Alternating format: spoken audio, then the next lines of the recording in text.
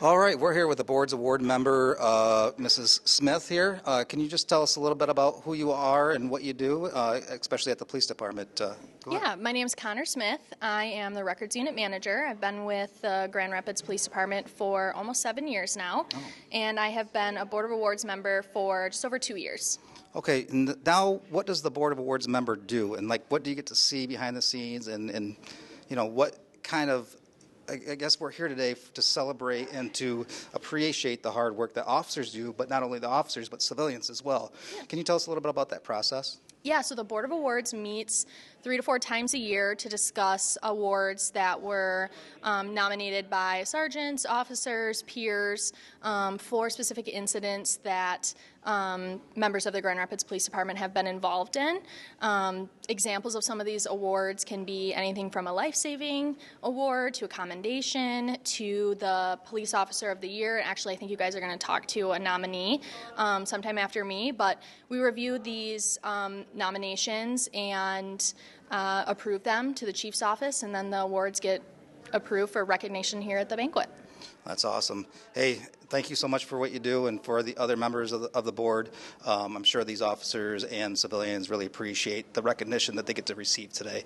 It probably goes a long way with them, especially feeling appreciated within the department. So thank you very much. Yeah, it's awesome to be able to kind of all to come together at the same time and be able to have that recognition to show our appreciation towards the sworn officers at the police department and also the non-sworn civilian employees for various awards. But yeah, it's really fun to have this banquet and to have this time all together to celebrate everyone. Absolutely. Thank you very much. Yeah, thank you. Yeah, congratulations, Officer Adams, for receiving that Officer of the Year nominee for the North Service Area. What does that mean to you?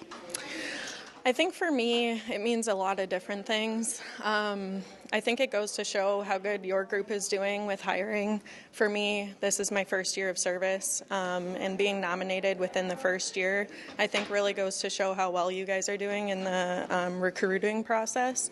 And I think another thing that it shows is that our leadership in our department is really good, from my sergeant level all the way up to the chiefs. Like every day we go out there, we work hard because we know that they have our backs. And then the last thing that it shows is our training is beyond like any other department. I think everything that I've learned in training, I didn't come from another department. I had no prior service background. So I think the training that we get at this department is next to none. And then lastly, just my own team, I wouldn't be here getting that nomination without them. They kind of welcomed me with open arms, and for me that helped me kind of branch out into the officer that I've become.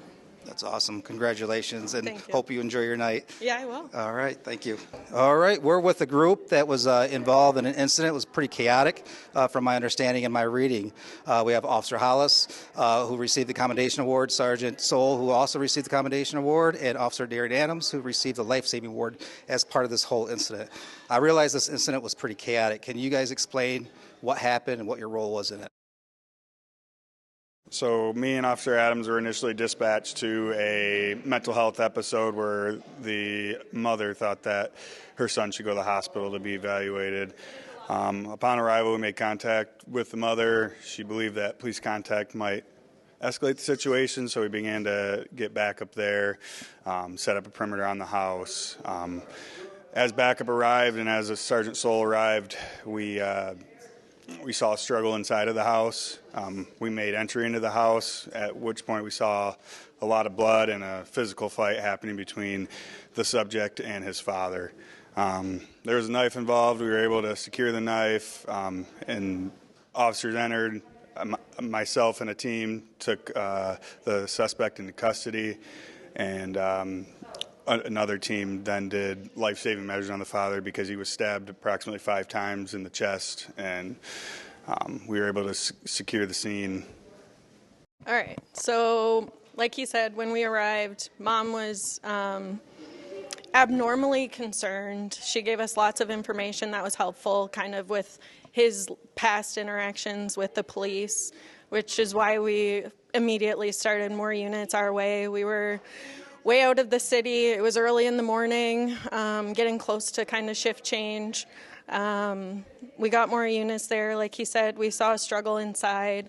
We make entry. There's a lot of blood. And then immediately we turn to our left. And Dad's got a knife in his hand. He pulled it out of the son's possession. He threw the knife. They went directly to the suspect. Me, myself, and a few others, we went directly to the dad. We pulled him over into the kitchen area while they were taking the suspect into custody. Kind of assessed what kind of injuries he had. From there, I got on the radio, started medical our way pretty quickly. From there, I sprinted out to my cruiser, grabbed a med kit, came back in. We used absolutely everything in that med kit, which then led to me having to sprint out, get another med kit, all while they're still dealing with the suspect. We ended up using basically everything in 2 med kits plus other stuff that we could find in the kitchen just to help control some of the bleeding that was happening. We already knew from dispatch that medical was at that time 20 minutes away. We tried to step them up a bit. Fire got there maybe like 7 minutes later, so there's a long time period before there was any actual medical assistance there. At that point, medical, they didn't do much. We just kind of waited around until he was able to be transported to the hospital. My involvement started with Officer Adams and Officer Hallis requesting more units to go up to the mental health check. Shortly after I arrived, there was a physical altercation that took place inside the house. We made entry, assuming that we were just going to find 2 people having a fist fight maybe. And we quickly saw that it was a pretty violent scene with a lot of blood, and the knife was still in possession of the dad at that point, but we didn't know who was who. We were quickly able to separate the 2 parties. I was involved with helping secure the suspect, and then I was able to quickly transition to helping the other team officers who were already rendering aid. Aid that the victim received that day, no doubt, played a role in saving his life. They did everything that we practiced and trained for. They used chest seals. They were, using pressure on the wounds. They did everything they could to assist him. And then my overall involvement as a supervisor is just making sure that we're able to secure the suspect so we can render aid to the victim, and then just ensuring that when medical gets there, everything is safe for them to be there. But the officers did a fantastic job with the victim for quite a long time before medical personnel arrived, just because we were kind of far out on the edge of the city. Well, congratulations, you 3. Looking forward to see you guys get up there and recognized for the service that you provide here for the city. You guys do a great job, and I'm glad that you guys had an opportunity to explain what occurred during that day. So thank you very much. Thank you. All right, we're here with Clarissa, who has received the Professional Staff Member of the Year. She is currently serving in the Victim Services Unit. Clarissa, tell us a little bit about what you do in this unit. Yeah, so I'm a social worker, and in our program we work to support victims of crime and provide information and services to them. So a lot of my job is community collaboration, outreach to victims, and just trying to consult with and help with my sworn colleagues in the department. So it sounds like you provide very essential services to these victims. Sometimes they come to you with lots of needs. And how do you provide some of those needs to them? So a lot of it is connection to other resources. We have a really great network of support, but it can be really hard to navigate when you're in a crisis. So trying to work with other partners to get things met, helping people with applying for PPOs, applying for crime victim compensation, just kind of being there for them and, sitting with them and figuring out what life looks like after victimization and how we can best get them there. So a ton of partnerships, ton of time spent with them, and it's super rewarding to have that embedded in the detective unit where we have direct access. Well, I know you have the heart to serve these victims out there, so thank you very much for what you do. Congratulations on getting recognized for all the hard work that you put in over the years. So congratulations, thank you, and I'm looking forward to you going on that stage and receiving your award. Thank you so much. All right, thank you. All right, we're here with Captain Siver. He's getting 2 awards of merit for what he has accomplished here. He has brought in the drones and also a new method of arresting people. I'll let him explain that a little bit more. So yeah, the first award is for our drone program or our UAS program, and really I just had the privilege of sitting through all the meetings and kind of reassuring the community and some of the concerns with the chief and some of that. So truly, Lieutenant Rob Veenstra and Sergeant Frank Barthel drive the program, right? They administer it day to day with all of our other pilots.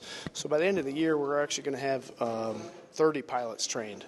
So we've got over 500 flight hours, or 500 flights, over 100 flight hours, and which has resulted in over 30 arrests. And we've actually helped rescue 2 endangered missing individuals. So been a good success. Zero complaints from the community, right? Which is another huge win for us. So that program just gives the community another asset that helps out when the naked eye doesn't work. And then that second award is for our subject control program, which, like Sergeant Gomez said, are arrest procedures. So it really, after our national newsworthy incident in April of 2022, we had to reevaluate and kind of see what would help us out with safer outcomes with some of our physical arrests and our subjects that resist arrest. And it really is just a jiu-jitsu based, kind of a nickname as a police jiu-jitsu program that kind of takes away from the sport and then makes the practicality. So it's kind of a combination of wrestling, body mechanics, and then grappling techniques. And it's really helped out, just like you had the 3 up here before Darian, Sergeant Soul, and Hunter Hallis. The men and women of the agency have really, embraced it and are employing it day to day out there on the street. And it gives the chief and the deputy chiefs great speaking points to illustrate the successes we've had with it. So. All right, Captain, congratulations on that. I know the officers really appreciate the extra tools that we have now out in the street, and I know that they really appreciate you and the effort that you put into both programs. So thank you very much, sir, and congratulations. Appreciate it. Yep, thank you.